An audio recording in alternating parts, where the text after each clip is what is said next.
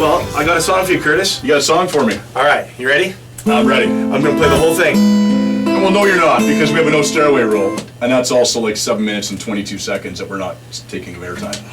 Okay, all right. All right, so Richard, you've got a really unique background, really diverse background. You've played all different kinds of music, and I think that's fascinating. But of course, anybody that's heard your music, there's an obvious Beatles influence. There is? Obvious, very obvious. Especially, I would say, Paul McCartney, but maybe I'm wrong. No, you're wrong. No, really? Yeah. Really? I've never heard that. No, you've never heard that before? There's no Beatles influence in your music at all? Crazy. No, yes, I love them. In fact, the guy to blame was just you were interviewing earlier, as we'll see tonight. Introduced me to them, Jim from Cypress Avenue. Mm-hmm. Yeah. Yeah, it's impossible not to be influenced by him, really.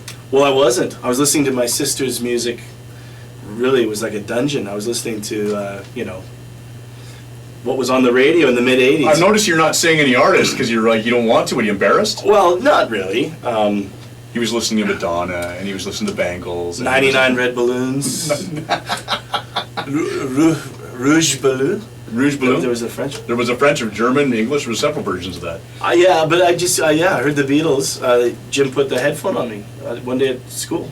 He was trying to unlock his bike. Mm-hmm. He had all his hands full of books. He said, "Here, hold this."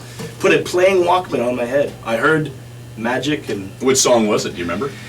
No. No. I'm surprised. I thought you were going to say it was Sgt. Pepper's. No, it was a mixtape of Sgt. Pepper's Magical Mystery Tour, and then I think Revolver and Rubber Soul. Now, you've done some work as the Beatles. Several of the Beatles. Yes, I have.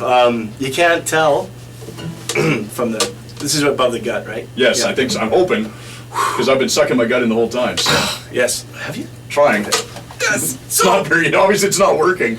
Yeah, well, you know the music business. They won't pay anymore to play your own music unless, you're AP. Aaron Pritchett. But I realized that they would pay you to do Beatles music and do it well. And I was such a geek anyway. I knew it all. So I had to go and try my hand. It was great. I got to play Las Vegas, Los Angeles, New York City. And you played both John and Paul. I started out playing John, but then I realized I had rosy cheeks. It's a bit of a different attitude, though, when you're on stage, when you're either one of the guys, right? We got to go from yelling at people to smiling.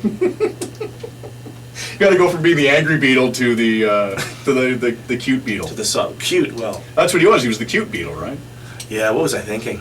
Sheesh. Well, you got to take it when you can. Well, I'll take it. I'll take it from you, Chris. Now, you've played in all kinds of bands over the years. True. You've been in different styles of music. I mean, from kind of indie pop rock to gospel music to, yeah, you've been flirting with country. Like, where does it all come from? Yeah.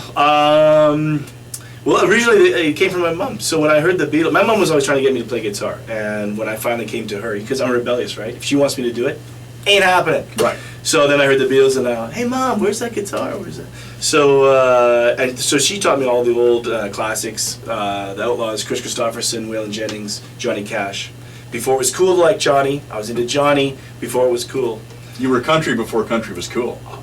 Didn't someone say that already? That was Barbara Mandrell, yeah. Barbara Mandrell. Yeah. Well, she's cool. And George Jones, he sang the last part of the song. I'll take anything George Jones says. Yeah, you can't go wrong. You can. He's 10 feet tall, Pretty much. Yes. He wasn't, though. I met him. He was like 5'7". I was like, do I look bigger on television? No, I don't know. I don't. Stand up, please. No, you are I standing. am standing. I love this guy. All right. So you asked me, where did it come from? So it was the roots country, and that's why I'm going to be going that, way again. I'll take my country out of the closet, But of course, as a teenager, growing up when you did, it was, there was a lot of pop, and then there was a lot of hair metal. Yeah, it's true. And everyone was learning Enter Sandman, and I was learning Day Tripper, right? It was a weird time, but it's like a suit and tie. And I'm not necessarily an oldies guy, but classic music and good music never goes out of style. You might have a longer collar or whatever, but the suit doesn't go out of style, you see. Yeah, and you've released how many albums? About 4 or 5. 4 or 5. I believe it was 5 when I counted, but I'm not very good at math. Yes. Was it 5? I think it was 5. Trust him. I don't know.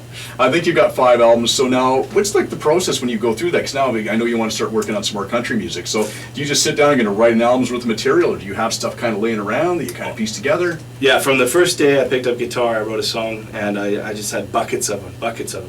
So when I started, obviously, we had a thing where we got some recording time when we were young. We got it accidentally, and I remember just the thing for me was sitting in the room, just watching the guy. So I somewhat learned to be an engineer myself, produced a lot of stuff myself.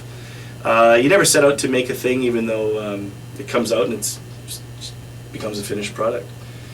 Doing the country thing coming up, probably going to hire a lot more people. Most of the stuff you hear on my albums is me playing everything because I can afford me. All right, well, this festival, the 2 words keep jumping out. Ask everybody, what does Same Sun mean to you? Yeah, it's interesting because I played the festival before even knowing... Except the first year. Except the first year when Mark snubbed me. Yeah, I heard about it later.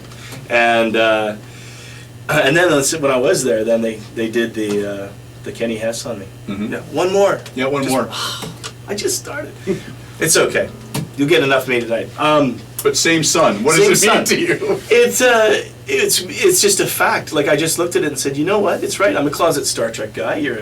I'm a Star Wars guy. You're a Star Wars guy. But I like Star Trek too. Yeah. Well, see, he's on this path. You look at that tiny little Earth from space and you go, you know what? You know, it's pretty small. We're all here together. We might as well learn what it means, you know, to be on this planet. We're under the same sun, whether you like it or not. Especially in a day and age where we seem to be wanting, you know, edit. Same sun. We're on the same planet. Get to know your neighbor. It's a good thing to do. It'll benefit you. I like that. Now, if people want more information about your music, what do they got to do? Richard Cummins. Come on. Richard Cummins.com. And no G. No G. No, Cummins, like the diesel engine. There we go. What's a diesel engine? Well, thanks for chatting. All right. Back to the stairway. What I see, you would see enough.